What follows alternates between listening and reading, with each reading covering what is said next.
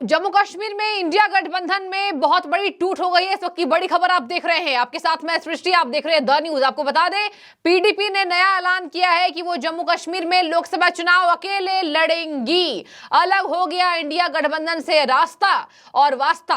आपको मैं बता दूं, नेशनल कॉन्फ्रेंस के नेता उमर अब्दुल्ला खूब हमलेबाजी कर रहे हैं। चलिए थोड़ी सी जम्मू कश्मीर की कहानी जान देंगे और ये भी जानेंगे कि क्या कह दिया महबूबा मुफ्ती ने नेशनल कॉन्फ्रेंस के बारे में और नेशनल कॉन्फ्रेंस क्या कह रही है महबूबा मुफ्ती के बारे में। देखिए, ये भी पूर्व मुख्यमंत्री की बेटी हैं और आपको बता दें, अगर फारूक अब्दुल्ला की बात करें, वो भी कद्दावर मुख्यमंत्री रह चुके हैं। ऐसे में अगर बातचीत करें तो उमर अब्दुल्ला ने एक बड़ा सियासी पारा ये बोलकर बढ़ा दिया है कि हम इनको अनंतनाग सीट कैसे दे दें, जहां पर इनका प्रदर्शन पिछले चुनावों में जब भी हुआ था उस वक्त इनके चुनावों में प्रदर्शन जो है वो तीसरे नंबर पर आया था। तो हम इनको कैसे दे दे ये सीट जो कि महबूबा मुफ्ती डिमांड कर रही है। आपको मैं बता दूं, कांग्रेस और यहां पर नेशनल कॉन्फ्रेंस में 2 सीटों पर ऐलान हुआ है, जहां पर ये कह रहे हैं उमर अब्दुल्ला कि मेरी भी सीट अगर मांगी जाए, जिस सीट से हो सकता है मुझे पार्टी चुनाव में उतारे भी ना, लेकिन मैं बोल रहा हूं कि जो भी सीट मुझे मिलेगी वहां से भी कांग्रेस अगर मांग करेगी तो मैं अपनी सीट दे दूंगा। तो देखिए, कांग्रेस से तो रिश्ता अच्छा है नेशनल कॉन्फ्रेंस का, लेकिन महबूबा मुफ्ती से अलग होना ये बहुत बड़ी खबर है। और बहुत बड़ी खबर इसलिए है, अभी मोदी के गारंटी पर मोदी जी भी जम्मू कश्मीर के दौरे पर थे। आपने देखा होगा, श्रीनगर से बहुत अच्छी खूबसूरत तस्वीरें सामने आई थी, जहां पर उमर अब्दुल्ला ने उनके दौरे पर भी लेकर कहा, एक और बड़ी बात कह दी है परिवारवाद पर, मैं आपको वो भी बताऊंगी। जम्मू कश्मीर में उमर अब्दुल्ला ने इंडी गठबंधन के परिवारवादी बयान के जो सियासी पारे बढ़ाए गए थे उससे अपने को अलग कर लिया है। उन्होंने क्या कहा कि पीएम मोदी बड़े खूबसूरत तरीके से इसको उठाते हुए नजर आ रहे हैं। आपने देखा होगा, हर दौरे में परिवारवाद पर एक नया स्क्रिप्ट पीएम मोदी को खुद ही थाल में सजाकर इंडी गठबंधन ने दे दिया है। जब से लालू प्रसाद यादव ने उनके ऊपर बयान किया था कि परिवार क्या कहते हैं, ये इनके पास तो परिवार ही नहीं है, माता की मृत्यु पर सर नहीं मुंडवाते हैं, तो ये व्यक्तिगत अपमान करना ये देखिए भारी पड़ा है और पीएम मोदी इसको बखूबी प्रयोग करते नजर आ रहे हैं। इसी पर उमर अब्दुल्ला ने बड़ा बयान दिया। मुझे लगता है ऐसे प्रयोग गलत हैं और ऐसे प्रयोग नहीं करने चाहिए जिससे उनको फायदा हुआ है। पीएम मोदी के बारे में उन्होंने कहा, उन्होंने मुद्दों के बारे में बात की कि इंडिया गठबंधन को अपने मुद्दे बताने चाहिए। सही बात है भाई, आप मुद्दे बताइए और परिवारवाद पर इस तरीके से प्रहार करना कुछ नहीं मिलेगा लालू यादव को। आपको मैं बता दूं, यही वजह है कि बीजेपी हमेशा सुपड़ा साफ करती चली आई है और 2 बार से हम यही देख रहे हैं। तीसरी बार बीजेपी कह रही है कि इनके पास कोई मुद्दा नहीं है, तो देखिए मेरे ऊपर व्यक्तिगत अपमान करेंगे, मुझे गाली देंगे और ये होता दिखाई भी दे रहा है। तो लालू प्रसाद यादव खुद फंस गए हैं। अब मैं आपको बता दूं यहां पर क्या कहा है, यहां पर इंडिया गठबंधन से अलग होने के बाद महबूबा मुफ्ती ने क्या कहा है और महबूबा मुफ्ती ने किस तरीके से निशाना साध दिया पूरे गठबंधन पर। मेरे लिए पार्लियामेंट में अलायंस होना बड़ी बात नहीं है, मेरे लिए यूनिटी, इत्तेहाद होना ज्यादा जरूरी था। जैसे मैंने पहले कहा, अगर फारूक साहब ने एक मीटिंग लेके बुलाया होता, हमसे मशवरा किया होता कि भाई हम तीनों की तीनों सीटें लड़ना चाहते हैं, हमारे वर्कर नहीं मान रहे हैं, तो शायद हम 1 सीट की क्या 2 सीट, हम भी 3 सीट की कुर्बानी दे सकते थे। कोई बड़ी बात नहीं थी, क्योंकि मुझे लगता है जम्मू कश्मीर के सामने बहुत बड़ा मसला है, जिंदगी और मौत का मसला इस वक्त हमारे लोगों के लिए है, हमारे तशख़्ख़ुस का मसला है, हमारी जमीन हमारे पांव के नीचे खिसकाई जा रही है। बात नहीं कर सकते आप, मुंह नहीं खोल सकते आप।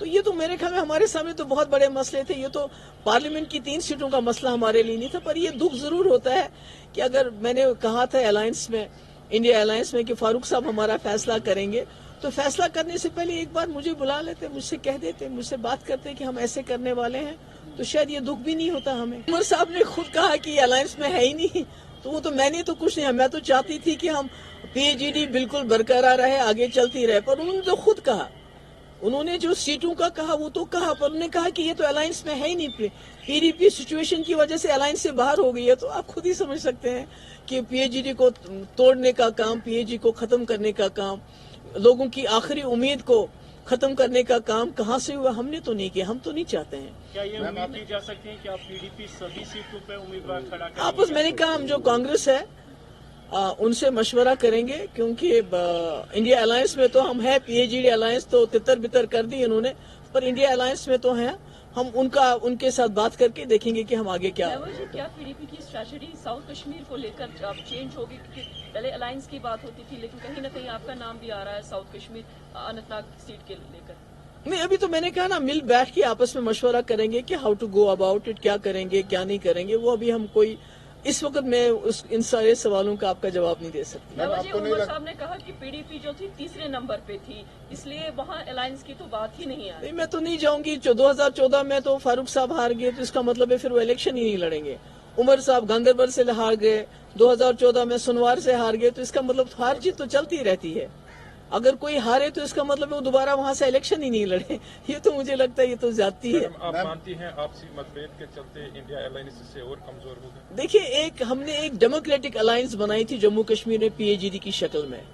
यहाँ तो बहुत रेजिस्टेंस बनी है, बहुत सारे रेजिस्टेंस करते थे, मगर वो with in constitution with in democratic process नहीं बनते थे। ये एक यूनिक अलायंस था। तो इसको जिस तरह से लफ्जों की मार से इसको तितर बितर कर दिया, वो बहुत ही मेरे ख्याल में वो that was very disappointing. But जहां तक इंडिया अलायंस की बात है, मैं समझती हूं कि आज पूरे मुल्क के सामने एक बहुत बड़ा चैलेंज है। जम्मू कश्मीर तो लेबोरेटरी है, जो मुल्क में हो रहा है उसकी लेबोरेटरी जम्मू कश्मीर में है। तो हमें तो यहाँ इकट्ठा होना चाहिए था। जब हम यहाँ तितर बितर हो गए तो उसका नेचुरली एक तो हो जाता है वो।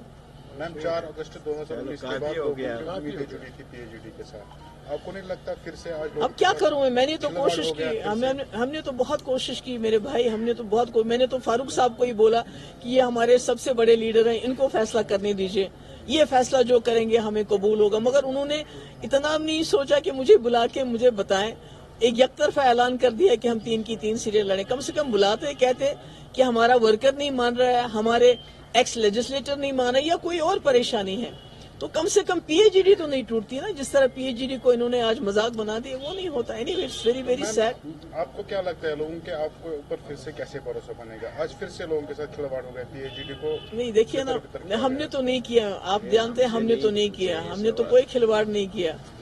हम तो चाहते हैं, हम तो अभी भी चाहते थे कि भाई अलायंस के लोगों का, क्योंकि लोगों की आखिरी उम्मीद है, जैसा आपने कहा, कि पीएजीडी इकट्ठे रहे। जहां महबूबा मुफ्ती, उमर अब्दुल्ला, फारूक साहब, तारिक आमिर साहब इकट्ठे खड़े होते थे कांग्रेस के साथ, तो एक बात बनती थी। तो अब अनफॉर्चुनेट हो गया, तो क्या कर सकते हैं। उन्होंने कहा, महबूबा मुफ्ती का बड़ा बयान सामने आया है। उन्होंने कहा, हम सियासी कुर्बानी देने को हैं तैयार और हम दे देंगे।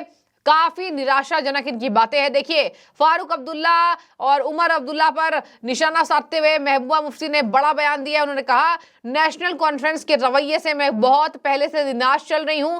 हमने सोचा था कि एक साथ मिलकर चुनाव लड़ेंगे और मोदी जी को हराएंगे, लेकिन मैं इनके रवैये से हूं निराश। तो देखिए, रवैये से निराश हैं और यही निराशता ले गई जहां पर अलग हो गए राह। आपको मैं बता दूं, जम्मू कश्मीर में चुनाव हो जाएंगे और इस बार बहुत जल्द डेट्स सामने आने वाले। 15 मार्च को चुनाव के डेट्स का ऐलान हो सकता है, सूत्र ये बता रहे हैं। और इसी के साथ महबूबा मुफ्ती ने अपना रास्ता बिल्कुल अलग कर लिया है। पीडीपी अकेले लोकसभा चुनाव लड़ेगी। एक और बात मैं आपको बता दूं, उमर अब्दुल्ला ने क्या बड़ा बयान दे दिया। कांग्रेस के साथ बातचीत हमने की हुई है। हमने लद्दाख, मतलब उधमपुर और जम्मू की सीट पे उनसे कहा है कि वो अपना उम्मीदवार जो है वहाँ पे खड़ा करें। हमने लद्दाख, जो लेह करगिल वाली सीट है, उस पर भी उनसे कहा हुआ है कि हम वो सीट जो है उस पर हम नेशनल कॉन्फ्रेंस का उम्मीदवार जो है खड़ा नहीं करेंगे।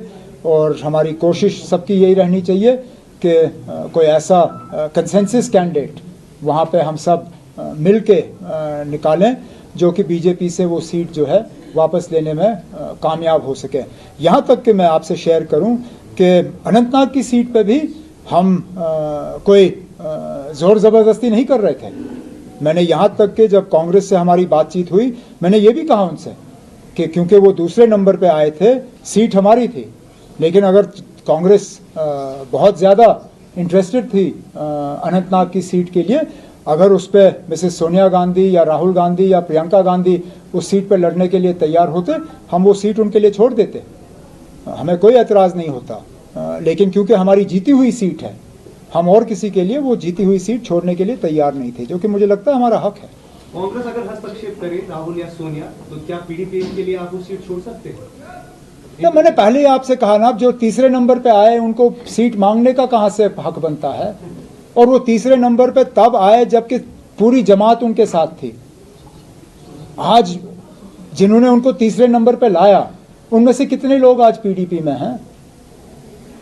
मतलब ये कहाँ का इंसाफ। और वैसे भी मुझे ये बता, अब मैं आपसे ये क्लियर करूँ ना, अगर मुझे इंडिया अलायंस में जाने से पहले यह कहा गया होता कि इंडिया अलायंस में हमें अपने आप को कमज़ोर करना है इंडिया अलायंस के किसी दूसरे मेंबर के लिए, मैं शायद कभी इंडिया अलायंस में जाता ही नहीं। इंडिया अलायंस में जाने का हमारा एक ही मकसद था जो उसमें गए, कि हमारा मुकाबला बीजेपी और एनडीए के साथ है। अगर हमारा मुकाबला बीजेपी और एनडीए के साथ है तो फिर ये अंदरूनी तौर ये टेंशन या ये बातचीत का इसका कोई वजूद ही नहीं। देखिए, यहां बात संभालते हुए, बैलेंस करते हुए उमर अब्दुल्ला कह रहे हैं हम इनको भैया अनंतनाग तो नहीं दे सकते हैं, जहां पर इनका प्रदर्शन पिछले चुनाव में तीसरे नंबर पर रहा। और एक दूसरी बात, यहां पर पीडीपी को एक और झटका दे गए इनके ही नेता वेग साहब, और उन्होंने नेशनल कॉन्फ्रेंस को ज्वाइन कर लिया, जिसके बाद से महबूबा मुफ्ती को और बड़ा झटका लगा है। उन्होंने कहा, उमर अब्दुल्ला ने कहा कि अलायंस बनाए रखना न केवल नेशनल कॉन्फ्रेंस का बल्कि अन्य दलों की भी जिम्मेदारी है। अलायंस बनाए रखिए, और मैं व्यक्तिगत नारों पर विश्वास नहीं करता हूं जो पीएम मोदी के लिए दिया गया है। ऐसे नारों से काफी नुकसान हुआ है। तो पीएम मोदी के ऊपर परिवारवाद का बोलना, ये नुकसान हुआ है, ये जम्मू कश्मीर के नेता भी मान रहे हैं। एक और बात मैं आपको बता दूं, उमर अब्दुल्ला ने कहा विधानसभा के लिए महबूबा मुफ्ती के दरवाजे खुले हैं, लेकिन हम संसद के चुनाव में यानी लोकसभा चुनाव में ऐसे हम नहीं दे सकते सीट देने पर हुई नाराजगी। अनंतनाग बना मेन मुद्दा, और यहां पर अनंतनाग के बाद महबूबा मुफ्ती ने अपने रास्ते बिल्कुल अलग कर लिए, डोर कर लिया बंद। जावेद बेग नेशनल कॉन्फ्रेंस में शामिल हो गए हैं, और वो हैं पीडीपी प्रमुख के परिवार से आते थे, मतलब कि पार्टी के परिवार से। उन्होंने कहा कि उनकी अध्यक्षता में मैं शामिल हुआ हूं उमर अब्दुल्ला के, और हाल ही में पीडीपी से उनको निष्कासित कर दिया गया था। बेग जो है 2014 में बारामूला विधानसभा क्षेत्र से पीडीपी के विधायक रह चुके हैं। अब पीडीपी ने अपना अलग रास्ता बना लिया है। एक और बात मैं आपको बता दूं, कल आपने देखा होगा पीएम मोदी जम्मू कश्मीर के दौरे पर गए थे, वहां पर उनका स्वागत हुआ। उमर अब्दुल्ला ने पीएम मोदी के ऊपर चुटकी लेते हुए कहा है मोदी जी से उम्मीद थी कि रोजगार पर बात करेंगे, फिर से उन्होंने उस पर एक बातें नहीं की। जबकि मैं आपको बता दूं, वहां पर 100 से ज्यादा जॉब लेटर्स मोदी जी देकर आए, 2 एम्स का शिलान्यास किया और कहा बहुत जल्द वहां एम्स मिलेगा। 3 वंदे भारत ट्रेन की बातचीत की जम्मू कश्मीर में, और जम्मू कश्मीर के लोगों से, उद्यमी से, और जब से उन्होंने अल्पसंख्यक समुदाय के युवक से बातचीत की है, तब से ये वीडियो सोशल मीडिया पर वायरल हो रहा है कि तुष्टीकरण की राजनीति इंडी गठबंधन करती है, मोदी जी संतुष्टिकरण की राजनीति करते हैं। तो संतुष्टिकरण की राजनीति मतलब सबका साथ सबका विकास। इसलिए हमने देखा कि अल्पसंख्यक समुदाय के लोग भी आ रहे हैं और कह रहे हैं पीएम मोदी जी आपके साथ हमें सेल्फी लेनी है, और हम जो है उद्यमी हैं, हम अच्छे से व्यवसाय करते हैं, हम खुश हैं। धीरे धीरे ना सही। अब एक और बात मैं आपको बता दूं, कल टीवी डिबेट्स में ये बातें सामने आ रही थी कि मोदी जी कहते हैं कि सब कुछ अच्छा हो गया है, अभी भी टारगेट किलिंग हो रही है। तो तब बीजेपी ने इस पर पलटवार करते हुए कहा था कि टारगेट किलिंग जो सालों से होती है, ये सदियों से, अचानक से बिल्कुल खत्म नहीं हो जाएगी, लेकिन 90% तक खत्म हो गई है। 1-2 अपवाद हैं और धीरे धीरे करके हम इसको मिटा देंगे, और यही सरकार बनी रही तो जम्मू कश्मीर में कहा जा रहा है कि बीजेपी का खाता नहीं खुलेगा। ये कह रहे हैं उमर अब्दुल्ला, फारूक अब्दुल्ला। एक और बात मैं आपको बता दूं, फारूक अब्दुल्ला ने कल बीते दिन बयान दिया था।